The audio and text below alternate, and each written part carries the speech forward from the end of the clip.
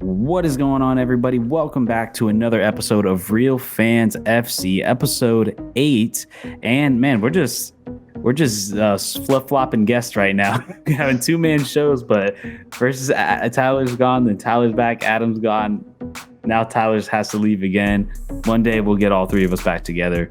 But it's just unfortunate events happened to Adam last week and Tyler this week. But Adam, I don't know if you want to briefly mention what happened to you last week. All I'm gonna say is you ain't gonna steal Alexis, fam. You can't do it. You ain't gonna do it. You tried to get it. You got it as far as my main road and just left it there for it to get towed. You bums. Lexuses are not Kias. You can't plug and play that shit. It'll shut off. So, $300 and some defense mechanisms later, my car is not going anywhere. So we're all good. So if you can read between the lines, Adam basically got carjacked, but he got it back. So Semi-attempted carjacked. And he found out literally right before we record the episode last week. But anyways, let's get into some footy talk. And obviously, like always, we're going to start in our home country of the United States with MLS. And we got to talk about probably the biggest rivalry or one of the biggest rivalries in the league as of the past few years. And it's become a very heated rival. And one side of the rivalry has really, really fallen off. And we briefly mentioned a couple weeks ago, and that is LA Galaxy versus Los Angeles FC and the El Trafico this past week. LA Galaxy loses to LAFC 3-2. Kind of give me your thoughts, Adam, of like what you saw from this game. What's going on with LA? Well, first of all, I want to say that the scoreline probably doesn't really reflect how the game went. LAFC could have easily been 3-1. LA Galaxy got a kind of a consolation goal late in the game, but you didn't feel like they were gonna do anything with that. I mean, they're LA Galaxy is a team in free fall right now, and that sucks because they do have some good players who are not the problem. You know, they had some good performances against LAFC, but right now as a club, I mean, you don't even have your fans with you. You had your stadium taken over by LAFC because all your fans are boycotting the ownership. I mean, that is a horrible look for the owners of the Galaxy, and they need to get their shit together now because it's starting to get embarrassing. Yeah, I mean, especially too, such a storied franchise like them. And you know what's funny? So I was actually like kind of going around the internet and kind of seeing some stuff about it. So apparently, what a lot of people believe is kind of the downfall to LA Galaxy is basically just kind of old ways of doing things and not adjusting to how MLS is kind of run nowadays. I guess how MLS used to be run, I guess back in the day, was that there wasn't really scouting departments, and to where basically agents would come up to LA Galaxy with their players, and then they would just pick from the players that the agents came forward with, and then LA Galaxy would then go sign whatever major DP they wanted or that was coming from Europe, so on and so forth. So they actually haven't really gotten out of that to where LA Galaxy doesn't really truly have a very good scouting department.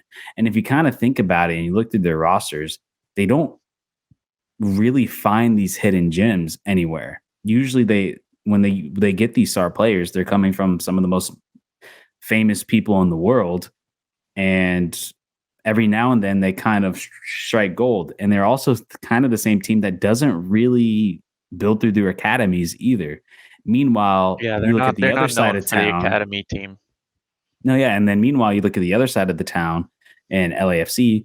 They have a really strong academy. They're constantly having players kind of come up through there that are end up doing really well. They're not on the level as like a Philly or like a Dallas, but they're one of the stronger academies in the league, especially now with the partnership with Bayern Munich.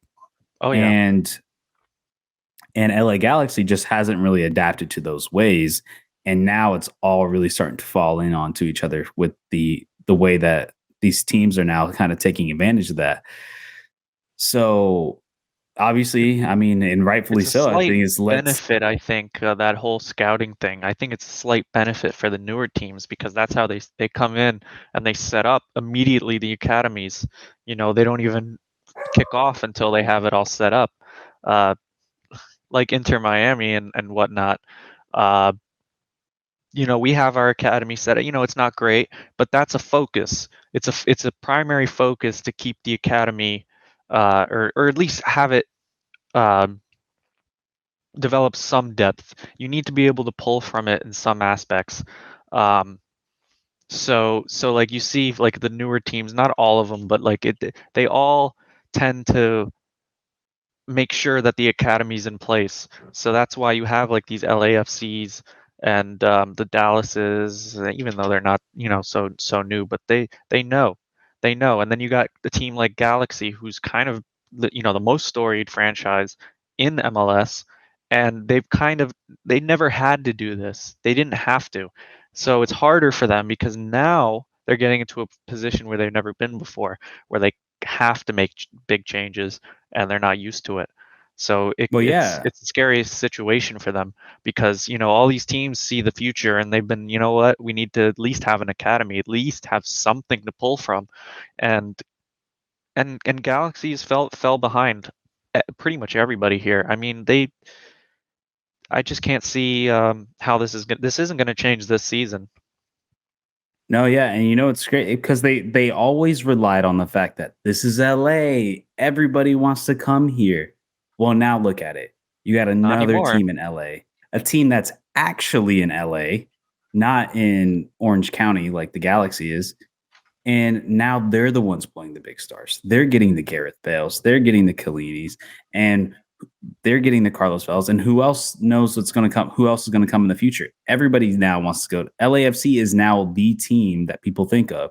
Think of LAFC, and honestly, I don't know how much longer they're going to be thinking of Inter Miami. But usually now it seems like everybody's talking about LAFC and wanting to go to LAFC. The Galaxy has lost that reign.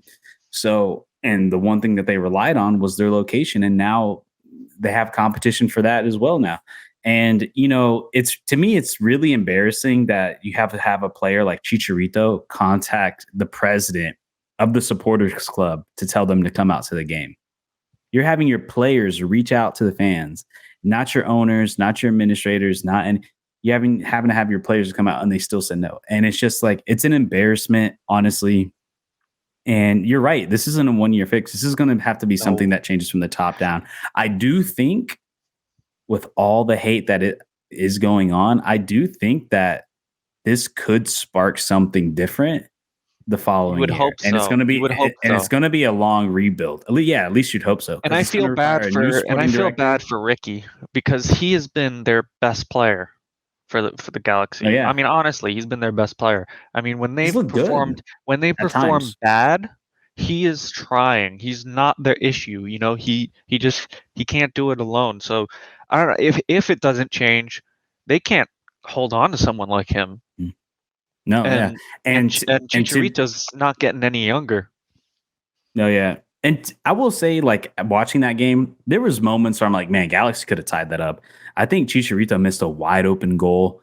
With the oh man, I don't. It was towards the end. Ricky Pooch had a beautiful ball down the mid. I think you know what I'm talking about. It like Yeah. squeezed through like 5 defenders right to Chicharito, and Chicharito completely like whiffs the shot.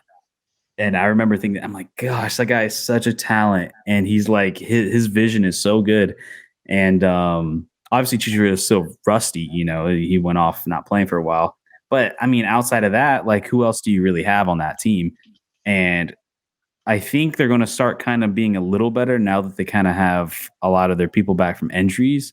But there's still like very systemic issues going on in that organization that has to require like a complete teardown from, I believe, Chris Klein, the sporting director, to the coach, Greg Manning. Like everything's just got to change. But the thing is, I don't know if it ever will, because the problem is at the end of the day, it all comes from the top. And usually it's really hard to get owners to change certain ways. It's extremely tough, as we've seen throughout the world and even in other sports in our own country. So, I mean, we'll see. But I mean, we could talk a little bit about LAFC as well. I mean, LAFC, man, the streak continues. They are now the last remaining unbeaten team in the league. They are just have been dominant in Champions League, in league play. They've just they've taken it by storm. I believe Champions League comes back this week, if I'm not wrong, or Open. No, actually, I think Open Cup it's the starts Open Cup this week. Yeah. So Champions League probably won't come back until the following week. But yeah, I mean, I think they're gonna. I think they look really good to win it all. Honestly, they're firing the on most all balanced. cylinders. Yeah, They're the Carlos most Vela balanced team. continues to play out of his mind. They're getting good he had a slow support start from. too. Yes, he did, but he's really come into it now. I mean, and it says a lot. They're giving him rest too. They said, hey, come off in the 71st minute. Game was not over yet. I mean, maybe And he they had thought 2 it goals was. and an assist. Yeah, 2 goals and assists. So that just goes to show you what LAFC, what kind of position they're in right now. Definitely one of the top contenders. We've talked about this in previous episodes for the CONCACAF Champions League. Yeah, I think we both have said that they're probably our favorite. If an MLS team is going to win it, it would be LAFC. And honestly, from what I'm hearing out of Mexico, it seems like even though Tigres is the most powerful team on paper, they can't get really their shit together from a tactical and coaching standpoint. So this is really prime for MLS to kind of go back to back in Champions League, which would be great. That would really show that the MLS is. It would really show everyone that the MLS really has come into it now. And, it's no longer you got to be scared of the Mexican teams. It's, which MLS team do we need to be scared of this year? Which is good because we've seen, as people who've seen the league firsthand for many years, you see how it's changing and adapting. And it's getting so much better. It really is. I will say too, and I don't know if it's indicative of anything, like if it's going to mean that it's going to happen or not, but I mean, the rumbling from so many fans lately and so much stuff going on about wanting a raise salary cap, wanting to drop all these roster rules and regulations to have a more streamlined salary cap that is raised without all these silly DP rules stuff. Man, I'm starting to see a movement brewing, and hopefully this means, because I do think the MLS has outgrown these roster regulations and rules. I think it's at a point where I don't think MLS will ever fail. I think it's too big to fail. Listen, you know me, I complained about this really hard when we were playing through the international break. I said, you know what? I don't agree with I'll never agree with playing through the international break, but if you're going to play through the international break, you can't have the same rules, with all these competitions. You have all these competitions now, so many games to play. It's ridiculous. You can't do this. I mean, people are complaining in Europe about this kind of shit, Yeah. And they have unlimited rosters, spend and spots. I mean, yeah. Europe is the reason why we have 5 subs.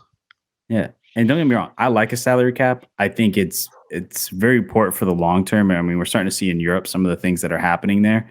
I think salary cap is good. I just think that there shouldn't be as many regulations. I would love just a flat cap of 30, and then from there you raise it year in and year out. And if you just do that, man, oh my gosh, let teams that can't afford to spend and want to spend, let them spend, let them do it.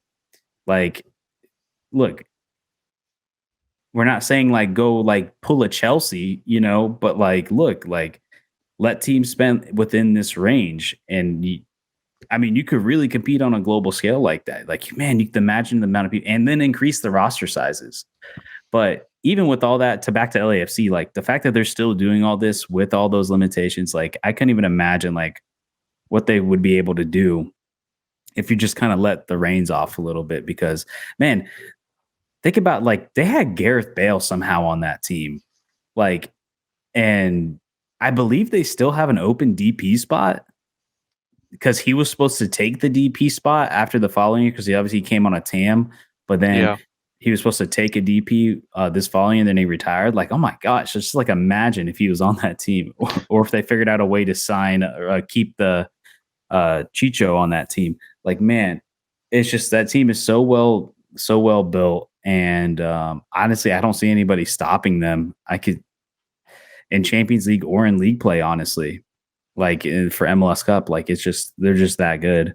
Yeah, But it's gonna be tough, but the one team that I think we can argue has a chance to take on LAFC surprisingly, is St. Louis City. I mean, what a it's result for them this past weekend. What did you think watching that game? oh man. So I didn't get to watch it live. I cut out the end and then I watched the highlights and the rest. Man, what an attacking powerhouse they have become. And I mean, look, to be fair, Cincinnati was missing Acosta and Brenner. Vasquez did play, but he didn't have a great game. But this is what I was hearing like leading up to like the Cincy game versus Inter Miami was that like, look, Cincinnati's been playing really strong lately, but they've been kind of getting by just barely. Yeah, And their I defense has can been see really that. shaky, and they've been winning out like one score victories. And eventually they're going to get got. And this was the game where they got. And it just they unleashed the floodgates and St. Louis just came in and just poured it on them. I mean, from outside the box, inside the box, and this is they scored. They put up 5 without even João Klaus putting in a goal, Yeah. and I he's been mean, a goal machine this since the they're season started. I mean, even though they didn't dominate, I mean, they're such a very quick team. They can just in an instant they can turn on you. So they didn't dominate the possession, but they just peppered chances in. I mean, they had 17 total shots. It was crazy. I mean, they were peppering it in one after another. I mean, that's how you need to play, especially at home when you have the kind of players that you have and how they've been playing this year. I mean, you could tell they've been on the back foot. They committed almost double the amount of fouls as Cincinnati. They were really defending hard. They didn't have pressure the entire game, and yet they still come out with that 5-1 scoreline. I think it was a bit To me, inflated. I think it could yeah. have, based on how the game was going, you could have seen the 2-0 or maybe a 3-1 or something like that. I did think they You got, see the goal that banged off the post and then off the yeah, back of his head or yeah. See, something. like that's what I mean. Like some of those, like it was just that kind of night. I think St. Louis were gonna win anyway, even if it wasn't that kind of night. But it was that kind of night. You know how it is. It's just everything. They're just sending everything in, and you just can't deal with it all. It's just too much. Cincinnati was overwhelmed. That was the word I was looking for this And you entire know what, sentence, man? but they were It's overwhelmed. and this is a testament from like what we talked about. Everything that LA Galaxy is doing wrong is everything St. Louis City is doing right. It's from the top down. They came in here, they knew what style they wanted. They wanted that German Bundesliga style And of football. they're a model for And the rest of the league at how you and run they and from and the they brought fans to that. the players to the front office. I think it's a Yeah. model for everything. And they brought that. They're like, look, we want this German style of playing. So what did they do? They went in and brought in a sporting director who comes from that background, and then hires coaching and other scouting departments and other people who can instill that play style. And from the top down, I mean, look, these aren't household names on their team outside of Berkey and now apparently Klaus, who's now becoming a household name in MLS. But coming into the Yeah. league, he wasn't I really. mean, He was just a big. the only other player we know on St. Louis is Vasilev, and that's because we watched him for Miami. Yeah. And we said he was Uh, washed up, and not washed up, but like he wasn't it. And he's I think the playing out of team is position too, the which is team is crazy very. because It works for him, I guess. I guess the system has been working. yeah. Um, And what's weird too is this is a position not normal for him. Vasilev was always like a winger, and now they have yeah. him playing him inside the midfield, which I think is very odd. And It apparently just he's goes to show excelling you at how it. fast and how counter driven that team is, how they can really just turn on you. It Having goes someone back to like the German Vasilev, style. yeah, Yeah. having someone like that in the midfield. And yeah, Roman Burke, yeah, yeah. I know we've mentioned this before. It's not super common to make your marquee signing a goalkeeper, but it's working out for them. It fits really nicely. I think he's at home with St. Louis. He seems at home. Getting Everything's regular fitting. playing time. Getting Yeah. regular playing time. He's playing well. He has a good team, so it's not like he's getting. They didn't just sign him a good goalie because they knew they were going to need somebody to protect. I mean, yeah, he's making some good saves, but it's not like that at all. It's not like he's saving their ass. He's doing his Yeah. job. And I'll say this with Cincinnati. If I'm a Cincinnati fan, I'm worried because when you have all your players there, Cincinnati is really good. They're a top league, they're a top team in the league. But from what I know about Cincinnati and all their fans is they're very worried about this upcoming summer because this could be a foreshadowing of what's to come once all these players are gone. Because Yeah. there's a good chance Brandon Vasquez is gone. He's already getting looks from Germany and the Premier League. Brenner looks like he might get sold back to Brazil for higher wages than I think Palmeiras, but I know he's fighting to get sent to Europe instead of back to Brazil, even though the money might make more sense to go there to Brazil. And then you're talking about, I believe their defender was getting looks, and it's just like, if this is a sign, this could be a lot of foreshadowing for Cincinnati because it seems like, this game was proof that you take away one or two of those players, now they have completely fallen apart. But we'll see if they can supplement it in the summer with the players that I know a lot of people are hoping that they can sell off and make money, but then they can then reinvest and bring players back in.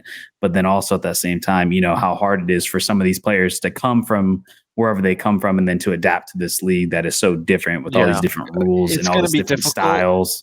It's and definitely going to be difficult, but you'd have to think that Cincinnati's, the higher ups have it in the back of their mind, that you would think they're looking at somebody. I just don't. I mean, yeah, it could be the front rough for office them. is busy over there. Yeah, it could be rough for them. Buy. It could be rough for them, but I don't think it's gonna be. I don't think it's gonna be such a shock. I think that it'll be tough and it'll be some readjustment if it does end up that way. But you still think they'll be a top team though? No, I don't. Not right off the bat. I think. That's why they got to get as many wins as they can right now. They can maybe find out where they want to go by the end of the season, if that happens. But I think next season would be where they need to. I think they could be back by next season if they got everything right. That's the one thing that does kind of suck about MLS's sense, which it's good that we're becoming more of a selling league and we're getting more money coming in, but it does suck that we sell mid-season in the summer because it's like, even though I am a proponent of the schedule that we have because I think it just works for the type of place we live and the weather and everything, it does suck that mid-season teams can get derailed because of that. And especially if you're a Cincinnati fan you've been terrible for years and years since you've came into the MLS to finally get a team that's a title contender. And then just for all of them to have to yeah, I was thinking exactly the same thing. It is pretty frustrating because they get a good team and you think, is this the year? And then they might end up having nothing to show for it. Assembling this good team, nothing to show for it but a couple wooden spoons. And it sucks. It sucks. You don't want to be, and they're tied for first. Yeah. Yeah, 17 points in New England. So they got to get as many wins as they can under their belt. But like I said, it was a rough game for them. It's a hiccup of MLS. For sure. But I think, at least for now, I think they'll be okay. I think there's plenty of teams, especially in the East, that they're better than, especially at home. Yeah, the East has shown to be a little weak, honestly. The East is not shown to be super strong this year versus the Western Conference looks a lot stronger and a lot tougher. But yeah, I agree. Let's get into our picks of the week. As always, Tyler will give us his picks. I don't know if he has it right now. Yeah, he hasn't as of yet, but he will do it. He's just a bit busy right now, but it's not like he's watching this, so not like he's gonna we'll have his score next week. We will have it. But we are keeping track of it. So what was our scores this week? So I had 7 wins out of how many games was there? 14 games. So I went 7-7. Yep. I went 4-10. I realized that last week I did mention this in the chat. I forgot to send in my LA prediction, but that was just a mistake. I would have absolutely picked LAFC without a doubt. Yeah, I I think figured you you guys would have know picked that. LAFC, so Yeah, don't come worry. on now. So I was like, okay, let me just throw that in So there. is it 5 So I went technically? 4-10, Oh, and that's with that one. yeah, Okay. and then Tyler went 3-11. So the totals Damn, now, Tyler. yeah, the totals now. I mean, I had a rough one, but I can argue I was in a rough headspace. I was a little, you know. Trying to So find his your car. total, yeah, total is exactly. I thought I was crazy. I don't know, man. So Julian, the total 47 correct picks and 50 incorrect picks, keeping it very close to Ooh, 500. 47 and 50. Let's go. Yeah, I am 41 and 55, and Tyler is It's not 28 so bad. and 54, having missed Damn. one of the earlier episodes. So the listeners out there, don't listen to Tyler. 28 and what, 58? 28 and 54, and that's with an episode 54. less. I'm 47 and 50, so everybody listen to me. Adam, yours isn't so bad. I mean, honestly, like I'm I think inconsistent. I've been yours is what you would inconsistent. expect with MLS and then playing through international break and everything. Oh I'm God. honestly like, man, that international break, if I didn't fuck up there, I'd be really good right now. If I didn't fuck up on that international break, but everybody does. But anyways, let's pull up the first game of the week, and that is CF Montreal versus the New York Red Bulls. CF Montreal plus 200 at home, New York Red Bulls plus 120 away, with the draw being plus 220. CF Montreal, obviously, we talked about last week. Adam wasn't here, but the big trade between Inter Miami and CF Montreal. CF Montreal getting a new number 10 and a second striker in Ariel Lassiter and Bryce Dukes. They're going to make their MLS debut with Montreal. They did play. I actually caught the highlights, so I was curious to see how they played for the team. They did play in the Canadian Championship this past week. Bryce Duke didn't seem to be super inactive. Ariel Lassiter did get an assist, so we'll see. New York Red Bulls are going through a lot of shit right now. That's something we should have talked about, but forgot to put it on the docket. But the We could fans mention it quickly. basically protesting and left the stadium. They went in there, said "fuck you," and then they all left. So yeah, I don't know what's going on with New York. They're kind of going crazy right now. That's another team that's kind of turned into a shit show. But I it's think with everything going on, I think CF Montreal might squeeze one out, especially being at home. I think New York Red Bulls is just kind of like they're just kind of a whole mess of off the field issues going on.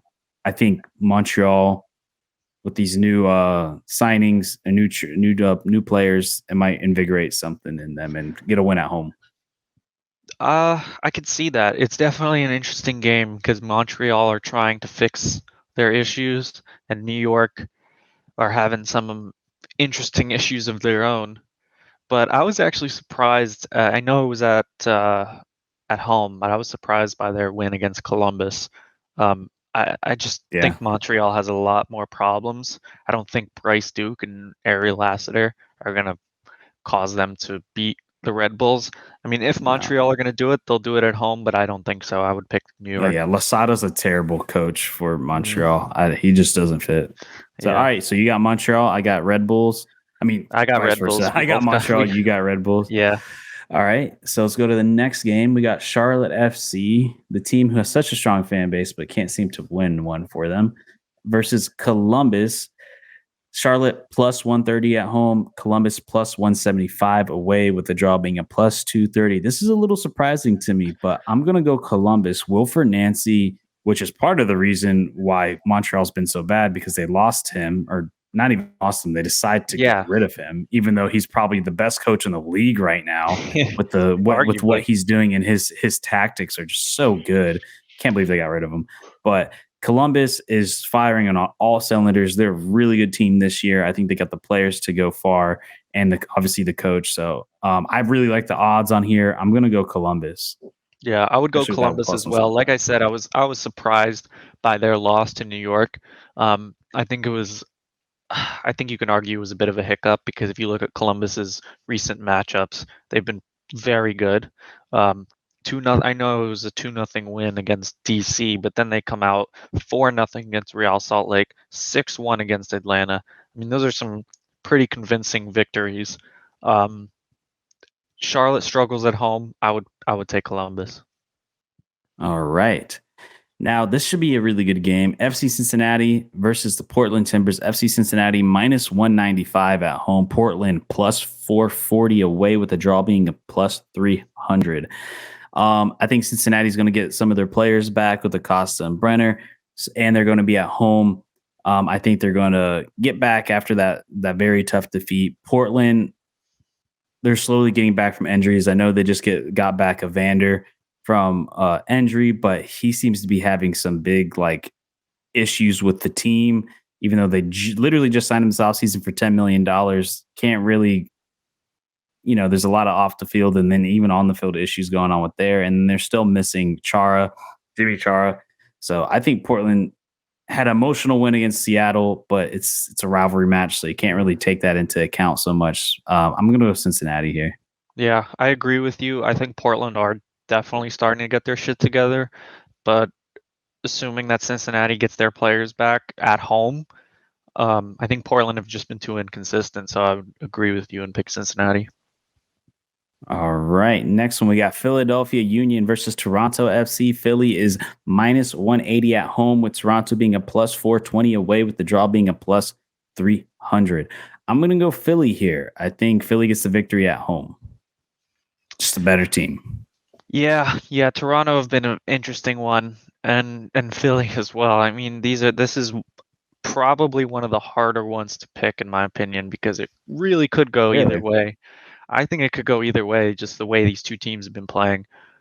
But on paper, I think you're right. You just have to go Philly. All right. Now let's do Orlando City versus DC United. Orlando City minus 115 at home. DC United plus 260 away, with the draw being a plus 250. It seems like Orlando surely, but I can't say that slowly phrase, but whatever. Surely. Slowly but surely are starting to kind of get things together, and DC United continues to be a mess. It doesn't seem like Wayne Rooney is really fixing the situation. So I'm going to go Orlando City at home. Yeah, I agree with you there. I don't think Orlando are as good as people say. They are getting their feet wet a little bit. They're starting to get there. But DC United are, aside from Montreal, I think they proved by that slight 1-0 victory against Montreal that DC are better than Montreal, but not by much. So Orlando to win. All right. New England versus Kansas City. New England minus 135. Kansas City plus 310, with the draw being a plus 270. Kansas City is fighting for the wooden spoon race. Yeah, they are on it. They cannot get a win under their belt. New England, on the other hand, has been kind of the surprise team of this year that no one's really kind of talking about. They've been just a sneaky, really good team. Obviously, they're on top of the Eastern Conference right now. Yeah, they're beating teams that they should be beating, which I think is good. I mean, yes, they're not beating the elites, but they really are proving that they belong. Yeah, and to me, they're the best team in the East. I think they're going to end up winning. Probably not supporter shields, but they're going to win. They're going to win the conference. I think they've just been consistent. I don't think they're going to lose any players in the summer outside of possibly their goalkeeper, which you can kind of go without, honestly, as long as you can score. So yeah, I'm going to New England this game. What about you? I think you said it all. New England. I mean, I don't know if I would pick them to win the conference just yet. But Kansas City, how could you pick them in their current form right now? New England are playing well, and Kansas City are just on a tank. Yeah, Peter Vermees has not really turned the ship around for this 2 years now. All right, now let's go to New York City versus FC Dallas. New York City at home minus 110, with FC Dallas away with the plus 270, with the draw being a plus 230. I'm going to take New York City at home. I will always take New York City at home. They're such a strong home team because of the inherent advantage that they have playing in a baseball field. And Dallas hasn't looked super strong away either. So yeah, they haven't impressed me, aside from the stupid BS against Miami, because of course. But they didn't look so great either. We easily, if we just were clinical, could have won that game. So at home, yeah, I would agree. New York City. All right. Next game, Houston Dynamo versus Inter Miami. Houston Dynamo minus 120 at home. Inter Miami plus 290 away, with the draw being a plus 240. Inter Miami, I think their struggles are going to continue. Houston has actually been a pretty good a home team. They've actually beat some very strong opponents at home. I think Inter Miami would be lucky to go out with a draw. So I'm going to go Houston here. Man, I want to pick Inter Miami so badly, but I want to be can't. wrong. I want to be wrong. Yeah, I want to be wrong too. I just can't. I wanted to say draw, but when you said Houston, I was just like, you're just right. You're just right. It's Houston. Yeah. And obviously, Inter Miami is going to get their new player, new signing coming in. So he's going to take. He's going to take time to get adjusted. But we'll see. Kamal, yeah. It looks like Kamal Miller's not going to be on the team yet, because I was from watching the press conferences. Phil, it seems like he's still going through some visa issues and like paperwork issues, so it doesn't look like he'll be able to play in time. But the new signee, Dixon Arroyo, looks like he will be there. But even so, it's going to take him a minute to adjust. And I just think Houston, even though they're not a good career in the Ecuadorian league, even though Houston's not a good team, friend of mine he's Argentinian, so he knows the South American scene. He was telling me that El Merreq, the team that he came from, is a pretty well established team, and the Ecuadorian league is actually not a bad league. Yeah, they're one of the top. They're one of the top. So having dinner with him and him telling me that, I think that's a good sign. I think he'll be a solid player. I don't think he's going to shock anyone. I mean, he's a DM, so I don't know if he'll be doing anything that gets people in seats, unless the 3 points are going to get more people in seats, which I'm sure they will. And let's be real, he's going to go up. He's going to be playing at a higher level. Yes, it is a higher competition level. Like, but he has experience. Is not as good as MLS. So he has experience in a decent league in South America with a good team, an established team. Yeah, and did play Copa Libertadores, so yes, which that too can compete. But yeah, it looks like we all got Houston. So let's go to Nashville SC versus LAFC. Nashville's plus 155 at home. LAFC is plus 160 away, with the draw being a plus 220.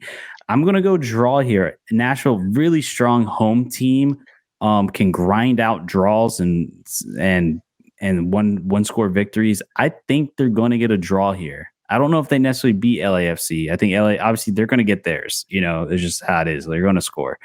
But I think they're going to be stout enough to get a 1-1 draw out of this game. So I'm going draw. Fair enough. I don't think that's a bad pick at all. I think LAFC. I'm going to bank on the fact that they're gonna keep their form. People like Vela are going to continue to create and score. So I think LAFC win. All right. Now, these odds are very shocking to me. Colorado versus St. Louis City SC. Colorado out of here plus one. Colorado plus 100 at home. St. Louis City SC plus 230 away, with the draw being a plus 250. St. Louis, give me St. Louis. These odds are ridiculous. No way Colorado's a favorite. Like what? Colorado snuck out one draw, and now all of a sudden they get the odds? Get out of here. Get out at home. Of here. I think they're going based off that draw result against LAFC at home. Whatever. So I think that's kind of that's kind of what's making the books lean that way. But I think that was an anomaly. Off St. Louis City for the win. All right. Real Salt Lake versus San Jose Earthquakes. Real Salt Lake plus 100 at home. San Jose Earthquakes plus 220 away, with the draw being a plus 250. Give me Real Salt Lake at home. They're mid-table team. I don't think San Jose is going to be good enough to take them on away. I like Salt Lake at home. I actually have this one a draw. Salt Lake, I think that home advantage is going to help, but they haven't been good lately. I mean, you can argue they've been losing to strong teams in Columbus, St. Louis, and Austin, who's getting their shit together. But San Jose, they're not so much different. I can see this being a scrappy draw. All right. Now we got the two teams who have disappointed this year.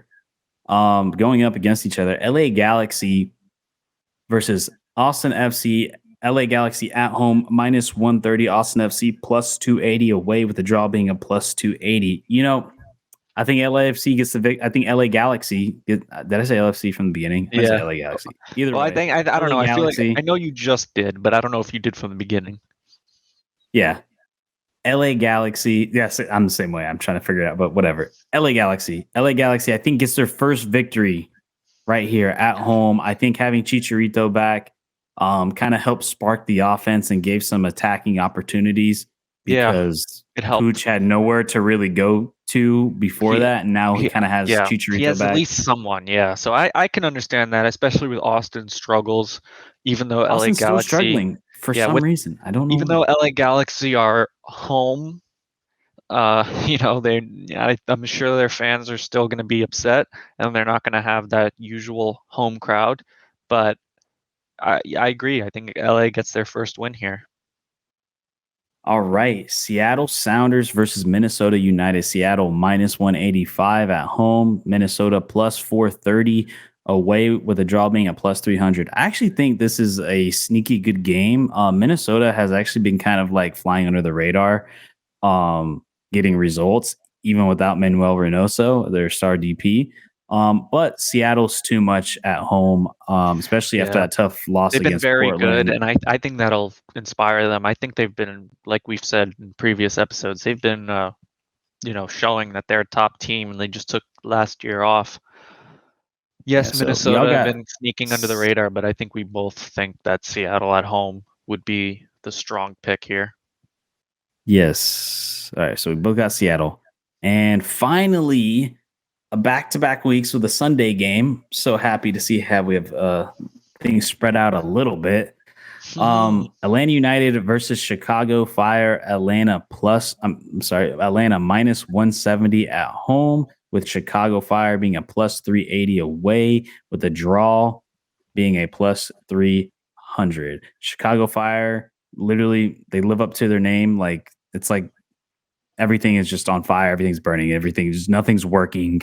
Atlanta United is actually starting to get some things together. And obviously, Atlanta is a tough place to play. The fan base out there is ravaged.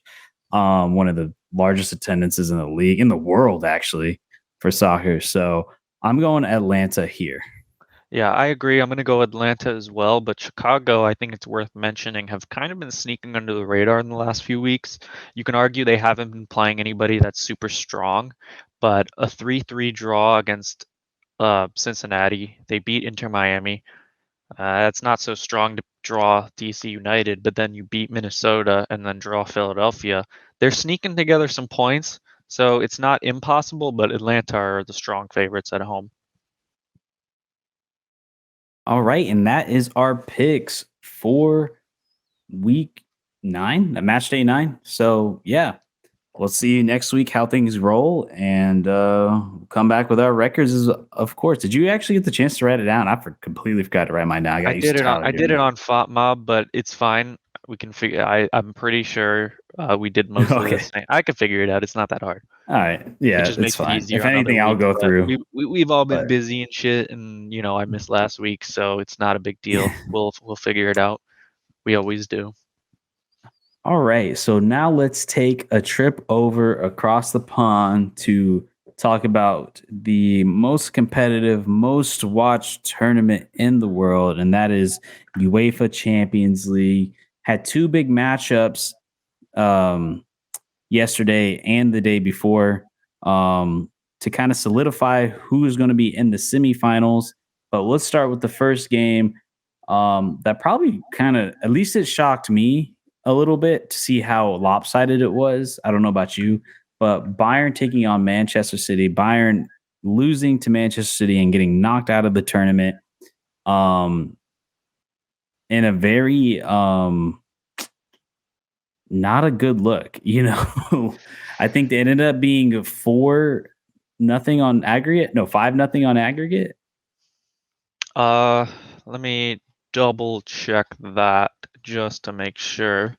So 4-1 on aggregate. My bad. 4-1 on aggregate. Yeah, 4-1. Yeah. I had the wrong game on. Yeah, that was their first game. Yep. 4-1 on aggregate. So I'll start with you. What's kind of like what was your thoughts now looking and kind of your reactions of this whole matchup, this whole leg, the Well, whole 2 legs? it's definitely surprising given how Bayern have been playing in the Champions League. Um, but you have to wonder if maybe the coaching change had anything to do with it, or is it the fact that City, now that they have Holland, the curse that was the cure for the curse. It's hard to say.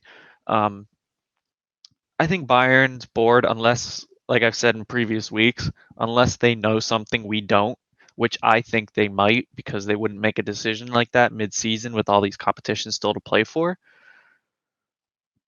They would regret this decision because, I mean, now you have all these question marks. People are like, well, should you've kept Nagelsmann? Does that affect how the team's mentality was going into this competition? It's hard to say. I think Manchester City having Erland Haaland on their team, uh, it's definitely making it difficult for them to lose in the Champions League. Oh, It is, and he wasn't even the one who went freaking crazy for them in the last game, but of course he still gets a goal and is one of the better players for them that whole game. So I mean, it's tough to say. So I think City they definitely performed well. They definitely showed that they deserve to go through, and they are favorites to win, especially now after beating Bayern. But is the City curse still alive?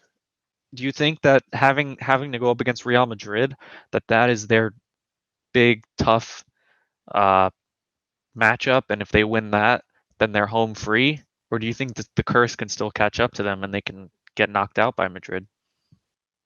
man. Real quick, I'll start with the Bayern stuff, and like the game. So this past leg, Bayern couldn't get in the back of the net. They had a lot of chances to really potentially bring that game even on aggregate. Holland, they got kind of given a gift with Holland missing the penalty kick, absolutely whiffing it, which is so surprising coming from It him. was weird. It's like a golden opportunity, and they missed on a couple of chances. Also, some of the player selections I thought was kind of odd. Like I know a lot of people were wanting Cancelo to come in over Davies because Davies had a weak game last week. Um, but it seems like it should have been a change that was made sooner. But the hard part is in that left back situation. I think Cancelo and Davies are both really good players, and it sucks that you can't find a way to get them both on there. Yeah, it's hard. It's And hard then to justify it, because yeah, like they're and just then both so good. It's like they can both start yeah, and in these high it's importance tough. games. Yeah, it is very And it's tough. not like you can really put one over on the right side because Pavard's there. But I am a little like I wish Tyler was here because he follows them better. But like I guess like what is the reasoning behind not really like making a quicker change with like having Mane in there up top, like or even starting with him? Like I don't Yeah, know I if think that's the you big. I kind of think know the that's the reasoning big. why. I think that's the big question. I the question has to be on Tuchel. You have to argue that he knew. At least he had a plan. He thought he knew what he was doing. He's managed against City recently when he was with Chelsea. Um, they drew them 1-1, so you'd have to assume that he had some sort of plan. But yeah, when you lose 3-0 and you don't have a single goal, of course the questions are going to be where was Mane, and what about Muller? Could he have played better, earlier? It's hard to say. It's hard to say because the truth is that the players they had on the field, I like the lineup. I do. It just didn't turn out that way. City they just dominated them. I think Yeah, it's as simple as that. and I think it I mean, I really think the coaching change and the manager change has really did make a difference. I mean, and that's what we were saying that could potentially hurt them. It's like, all right, well, at the end of the day, Tuchel's still one of the best coaches, the best managers in the world. Like they have nothing to worry about. But And then there was kind of like behind the scenes issues with Nagelsmann. And like, I don't know. I just felt like you had a team that was clicking so well, was dominating every game throughout the Champions League. And then you go up against City, and now you kind of want to change things up. And you can't help but like look at it like that way. Sure, you might think Tuchel might be the better option long term, but it doesn't seem like it seemed like Tuchel wasn't going anywhere because no one's really trying to hire at this point. Everybody's trying to figure out how to end the season. And if Bayern showed interest, I'm sure he would have waited until Champions League ended and Bundesliga ended. And to me, it's just really it has to play a factor some way or another. Yeah, you would Of think like so, just and that's why I switching said in things previous up. weeks. That's why I said in previous weeks that it must be something that we don't know. There must have been something behind the scenes that made the board of former, Bayern legends say we need to make this change now. They don't make those decisions lightly. Bayern's board is, notorious for really caring about the club and trying to make the best decisions for the club because they care.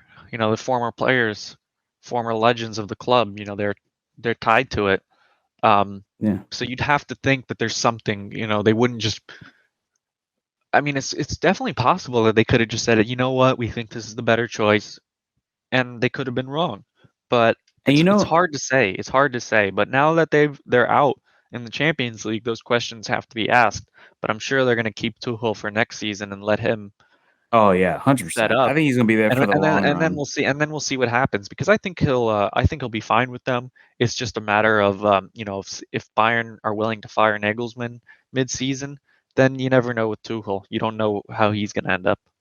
So it'll be one of Yeah. those wait and see situations for Like I said, Bayern. I really thought Bayern had an opportunity to tie that up on it. They had a lot of like really good chances that they couldn't finish.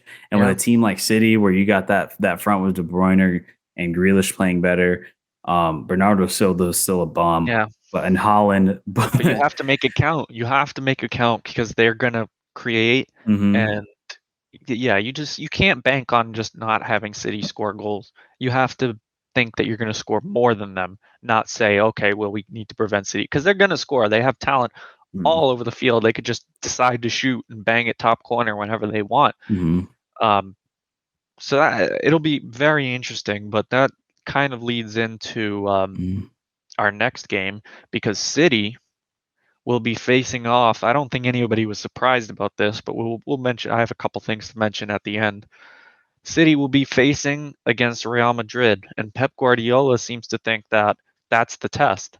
They beat Real Madrid, then he was saying that it used to be Barcelona, but now it's Real Madrid. If you want to win the Champions Mhm. League, you got to beat Real Madrid. So I do want to say, do you kind of want to go over this Real Madrid and Chelsea thing, and then go into our predictions between the two, City and Real Yeah, we can Madrid? we can we can go through that quickly because I don't think it was Okay. that much of a shock. Um, Yeah, Real I just Madrid. figure we'll touch our Yeah, bases yeah, on we that we game. definitely. So I'll just go I'll ahead and start with say that Real. Oh god. it didn't help that early in the second leg, you got Ben Chill, or not early, but early in the second half, I meant. Ben Chilwell gets a red card. You're already down a goal, and now you have to deal with that. You had Koulibaly get subbed out a few minutes earlier from injury. You're not putting yourselves in a good situation. I didn't think they were going to win anyway, but after that, it's just like, okay, just pack it up, boys. Go home. Um, I just didn't see anything from Chelsea, but that it was par for the course. It's how Chelsea have been um this They entire can't season the basically. one of the yeah, I mean one of the biggest problems with Chelsea is they can't score. Like they can't put in the back of the net. Yeah, They don't have a lot of like lethal strikers, especially they since just have Lukaku's Sterling and gone. Joao Felix up there, and they just say, hey, just try. Like, they don't have a And plan, they don't and have a system, they're just kind of and like the shoving them in front of the goal and hoping that they poke one in, yeah. And the and thing it's is not going to João do anything Felix for them. is not a João Felix is a midfielder. He's an attacking midfielder. He's a creator. Yeah. He's not a striker. He so like putting him up there and Lampard, he's just a filler. to get him through the season because he's definitely gone. Yeah, they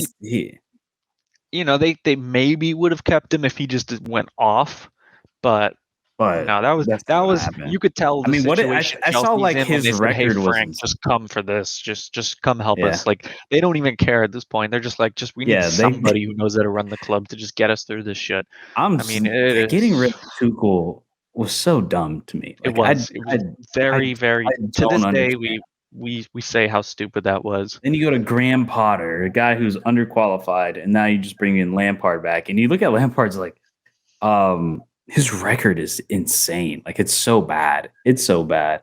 So it's like, look, you're already down. What was the aggregate going into that? 2-0. Okay, so it's 2-0, and then you go into the next game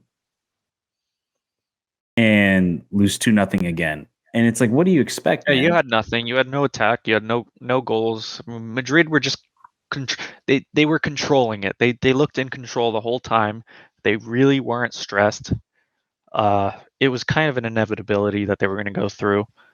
Yeah, everybody knew that. I mean, obviously they changed formations, which is something you had to do because now you putting Havertz back in, and then you go to a back three, and it just didn't work. I think they're bouncing around trying to figure out what's working, what's not. And meanwhile, on the other side of the field, you have a team that is very well established of who is playing where. You're going to have Rodrigo on the right. You're going to have Benzema in the middle. You're going to have Vinicius on the left, and Modric, Cruz, Valverde, Militao, Alba. And that lineup in the Champions League has been great. It's been great in Champions League. And then you have a guy like Camavinga who's come in and been an amazing replacement for them and has actually done a great job in filling in that role that in a position that he doesn't play and is playing really well at a high level. So, and this shows how important and why having like a consistent formation that is working is so important. And that's why, like, to me, Real Madrid is going to be a real tough battle for City because Real Madrid, at the end of the day, it's a team that's been there, done that. They literally won it last year. And it's just consistency, it's having that constant, like knowing who's going to be where. They just work so well together, and having Ancelotti as the manager, obviously one of the best managers in the world. He just knows how to work that team. And to me, it's going to be a great matchup between City and Real Madrid. And I think it's going to be two coaches. It's going to be a great manager battle too. Two tacticians that know how to really, free up guys and leave things open for other players to get behind. And yeah, so from here, Chelsea sucks. We all pretty much knew they were probably going to lose. They weren't ready for this. So let's go over to our predictions for this game. Yeah, to me, this is a tough one because obviously Real Madrid had an amazing comeback against City last year to end up advancing. But now this is a revamped City with, let's say, the best striker in the world right now in Haaland, who's just been unstoppable. 12 goals in 8 games. That is insane. At the highest level, too, on top of that. It's not even just like he's getting these against scrubs. These are like games against the best league in the world to the best tournament in the world. Like, these are like no scrubs at all. And he's still putting up goals left and right. But this might be City's toughest challenge they probably face all year. I think so. Honestly. I think it's definitely City's toughest challenge. I worry, though, because I feel like everyone has it in their minds, the storylines. Everyone thinks that Real Madrid, they're so good in the Champions League, and City are the choke artists in the Champions League. And I feel like that bias or stereotype is so strong right now that it might shock a lot of people. So I think it's definitely the toughest test for City, but I think City have to be considered the favorites. I mean, they are unstoppable right now. I mean, to do what they did to Bayern when they were one of the favorites, I think you have to, if you're Real Madrid, you have to be nervous. To me, it's hard to obviously I'm wearing a Real Madrid shirt right now, so I'm rooting for them more so than City. I don't like City, and honestly, I kind of root against any Premier League team. I'll root for Arsenal just for you. But any other any other team, and I usually root against the Premier League, but man, like I said, I really think this is going to be the toughest challenge City's faces all year, like across all competitions, because this is an established team who honestly they don't have nothing else to play for except Champions League. You don't have City still has to think about trying to catch up to Arsenal. You know, I'm sure that's still in the back of their mind. And with Real Madrid like being able to fully focus on this, to me is always huge. To get That one is thing out of true. your That mind is true. and have be able to focus on this is big to me. And But if anyone has the depth to do it, it is City. oh yeah, City does have the depth to do Which it, is and I why do it's just you need to be, just I don't not necessarily concerned, but just wary of it. Like Real Madrid, this isn't a walk in the park. This is their toughest challenge too. yeah, it is. It is. Yeah. And I agree. Um it's for me it's really hard to tell who's the favorite. Like Yeah, to me I don't it's think there is a hard. clear-cut favorite. I I mean, I just like I said, I Who have to think starts the City. leg? It's Cuz a to good me question. I don't think that I makes don't, a to me I don't big know. I difference. wouldn't think about that. I don't think that matters. I think Really? I in think it some matters big in some time. matchups it does. I don't for some reason I feel like in this matchup it doesn't. Um First, I think if Madrid are home first. I think that favors Madrid. I personally do. I think Yeah. I It think it I does, but think Madrid I well, still would have where to did pick they play City. last year? They ended the leg at Madrid. I'm pretty sure last year, and they had to come back because obviously first leg is so important because first leg really sets up the second leg, and I think if Real Madrid can come out the Bernabeu really strong and get a decent lead, I think they can hold their own in the in Manchester. Like I really think they can Yeah, they're gonna. I think hold it down. their only chance of advancing through this tie is to get at least a 2-goal advantage on City going into Manchester. Because that's to me, my That's how I strategy has feel. always been is that I want to get the first leg because I want to establish the series. Like, you know what I mean? Like, I want to establish, like, all right, we're at home.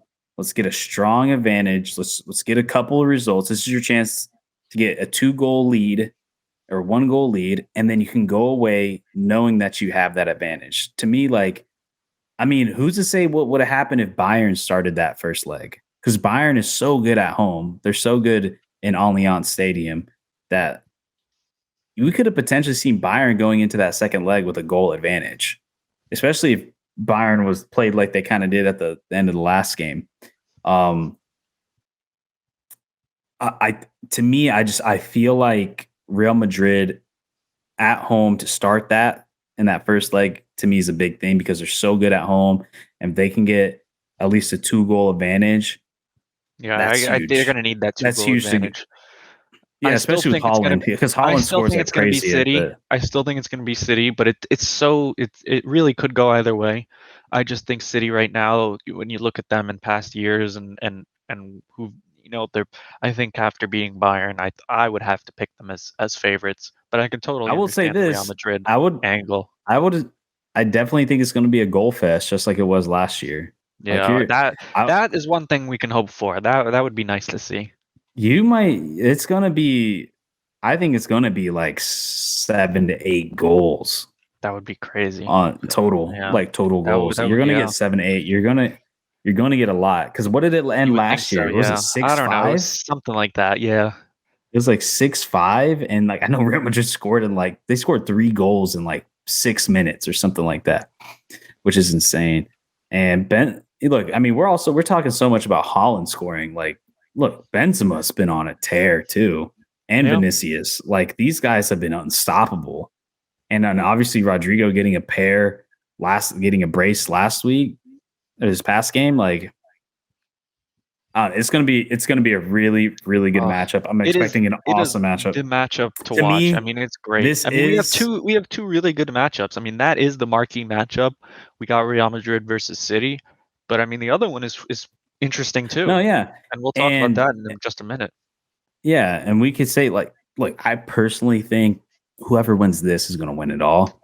Me too. But the other side of the bracket, and we can switch over there. It's going to be a fun watch. Like I think to them, we're getting the Milan Derby, AC Milan versus Inter, and to them, that's going to be like their own championship. This is nice. You know what I mean? It's nice to see them back because these are two teams that would compete for the Champions League, but they've had a rough few years with Juventus, coming out of the woodwork and just recovering from their old scandal of match fixing. And I think too, like, look, obviously they want to win it all, but I think to them, it's more important who wins this series, this semifinal matchup, more so than who, like, if they win it all. Like, at least if I was an Inter fan or an AC fan, I want to be like, fuck if we lose the City or Real Madrid. We beat AC in this. Yeah, like we beat AC. I mean, this is one of the biggest rivalries in the world, and you're getting it in a Champions League semifinal. They play at the same stadium too, right? Mm-hmm. Which is rare. It's in soccer to play at the same stadium. They both have the San Siro. So you're talking about just a 2-leg matchup. Oh man, it's going to be the atmosphere. It's great. It's great. It's going to be insane. The atmosphere is going to be wild. I think Inter have to be considered slight favorites because so far this season they have won both matchups. They beat them in the Super Cup and in the league play. In league play they won 1-0 at home, but in the Super Cup they won 3-0. Apparently it was in Saudi Arabia. I don't know why they had their Super Cup in Saudi Arabia, but good for them. I guess. I think so. It really I feel like I'm leaning towards the Champions League, and it's the Milan Derby. I'm leaning towards Inter, but this one I'm not going to make a prediction. I'm just not, because it's when I know just as well as anyone, being an Arsenal fan, when it's a derby match, it could go either way. Man, this one is a tough one for me, because at the end of the day, like, getting and winning against Napoli is huge. That's a big result. Inter has kind of had an easy path all the way through, and it seems like Lukaku is starting to kind of get on a roll there and starting to, like, put up some goals. But at the same time, like, I am not a fan of Lautaro Martinez. I think he's so bad. I think he's been so ass. He has not been good to me. And I don't know, man. It's a tough one, because then you got Giroud, who's still putting up goals over there. Yeah, I guess we got to see. And I'm not gonna lie, like, I don't know much about Serie A. I can't give you head to head. I don't know that much either, but I just know that this is going to be a tight matchup. It really could go either way. You have two really strong attacks, and I expect a really high scoring game. It's going to be really fun to watch. I think this is an awesome semifinals. I think in a way they both kind of feel like finals, because I think the City Real Madrid is more exciting than any final you'd get between that two, and then the Inter and AC matchup is going to be more entertaining. Yeah, it's just a historic rivalry back in an important. Like those two semifinal, those two semifinals are going to be more fun to watch than I think the final itself. Yeah, like I said, I'm not going to make a pick for the Milan Derby. I would lean Inter, but it really could go either way.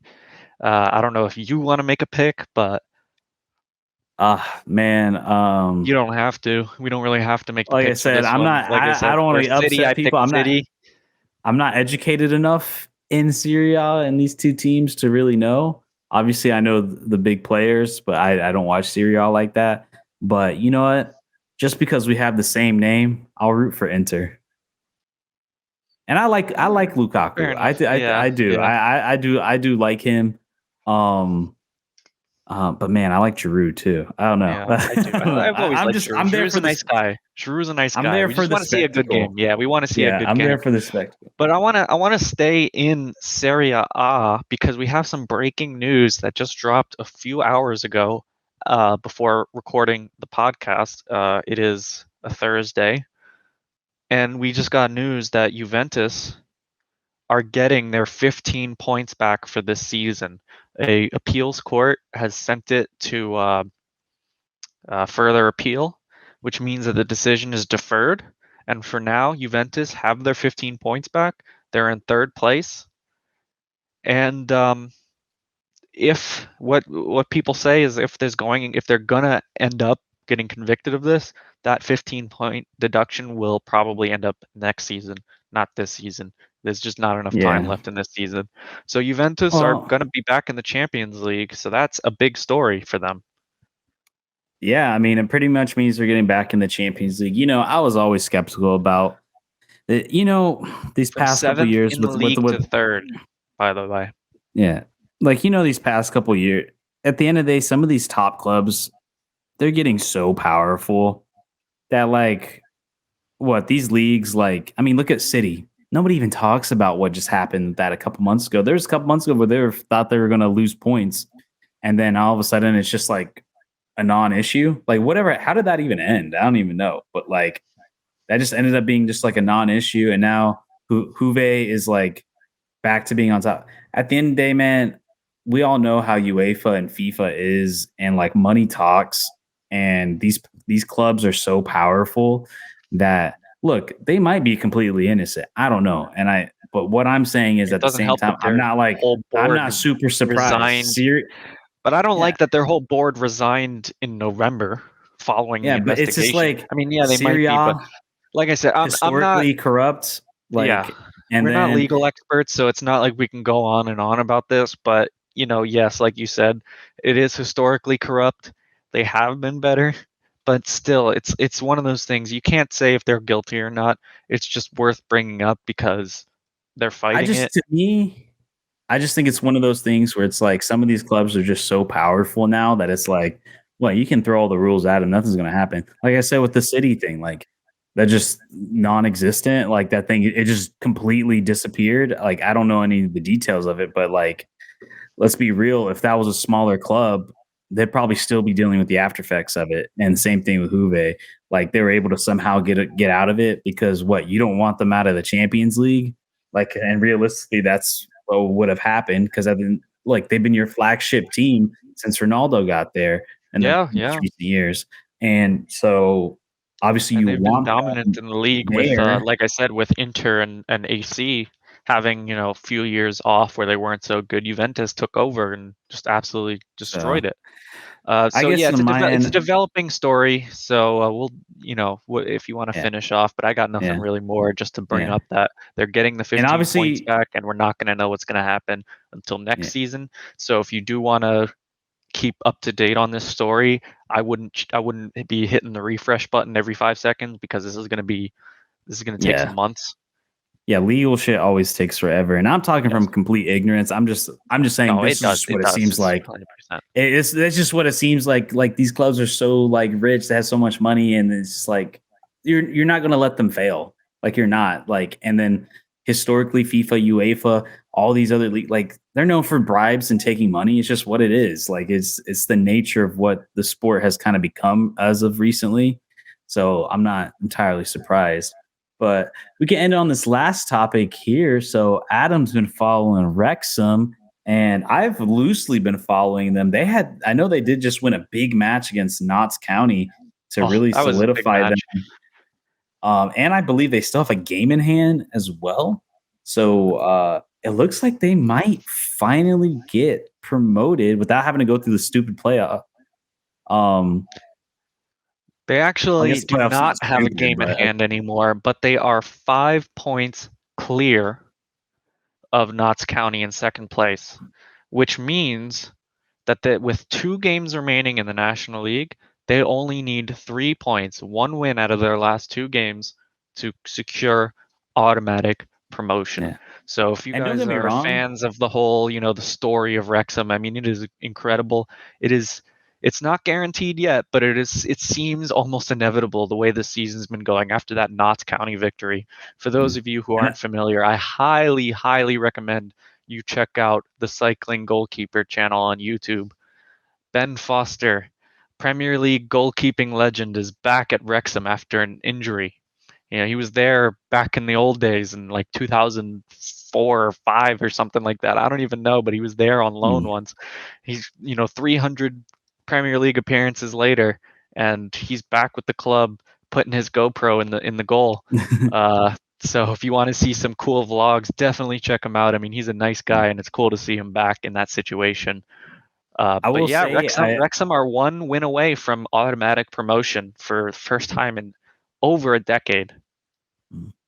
I will say, like, I take back what I said about the playoffs, because I actually do really like how they do the promotion playoff. I do like how the one seed you're automatically in, but then the rest you got to fight for it. And that's why the National League is in. If you look at leagues across the world, it is one of the hardest leagues in the entire world to get out of.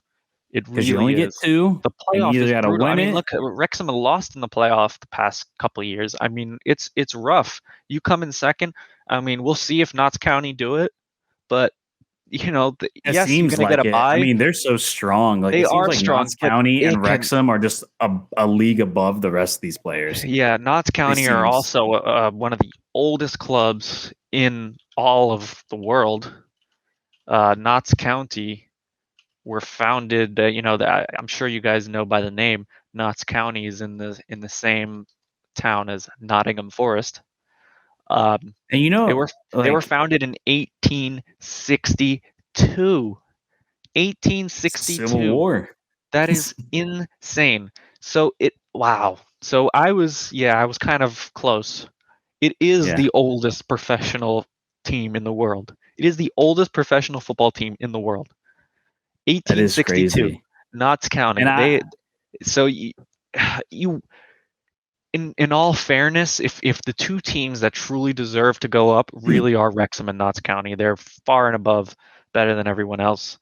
I do feel bad. I have to mention Southend United, because they've been going through some shit. They've just been relegated a few times in a few years because of tough ownership.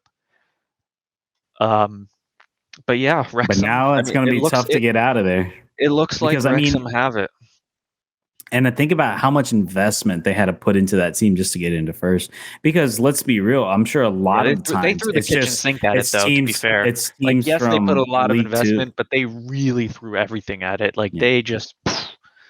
And I think too, a lot of the cases, what happens is that you have a lot of teams that get from League 2 that get relegated, and they're just still just a league ahead, literally, and they just hop right back in. And like I said, and sometimes it doesn't even work out that way. Like with Wrexham, when they first got relegated to the National League, they were better than that. But it's just like I said, it's so hard to get out.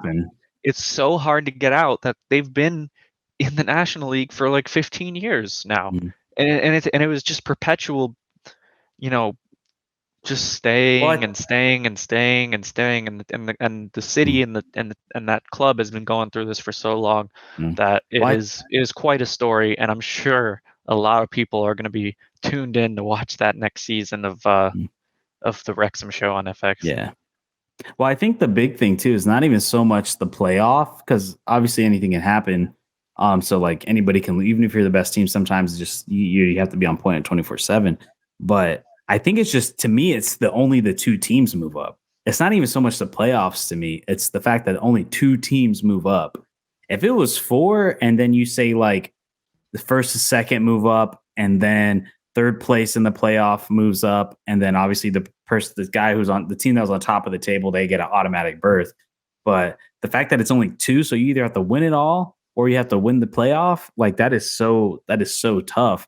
But yeah, it's really cool to see them move up. I did know from watching in the last season, like I think this is a team that could really do well in League 2 and possibly get automatically promoted again, potentially, with all the investment they put in.